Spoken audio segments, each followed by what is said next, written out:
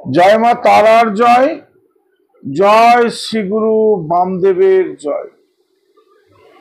আমি আজকে যে চারটে রাশির জাতক জাতিকাদের কথা বলবো, তাদের সময়টা খুবই খারাপ চলছে।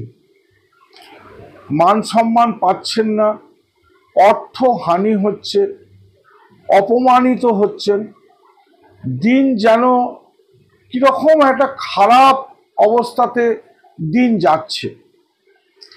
তাদেরকে বলবো আপনারা এই প্রক্রিয়াকরণটি করুন।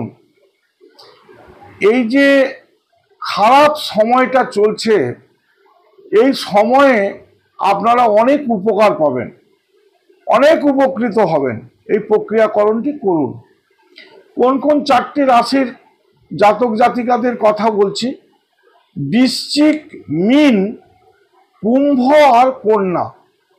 এই চারটি রাশির জাতক জাতিকাদের বলছি, নিশ্চিন্তি গাছের শিকড়, শ্বেত আকন্দ গাছের শিকড় এবং বেল গাছের 2 ইঞ্চি পরিমাণ শিকড়, মোট 3টি গাছের 2 ইঞ্চি পরিমাণ শিকড় তুলুন।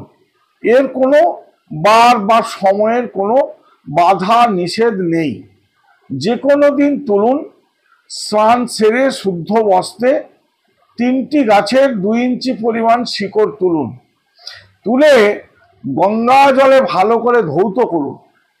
করে একটি লাল সুতো দিয়ে ওই 3টি শিকড়কেই একসাথে পেঁচান।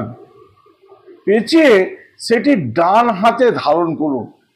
দেখবেন প্রচুর উপকার পাবেন, মান সম্মান পাবেন, অর্থের উন্নতি ঘটবে, সমস্ত কিছু দিক থেকেই আপনারা প্রভূত উপকার পাবেন।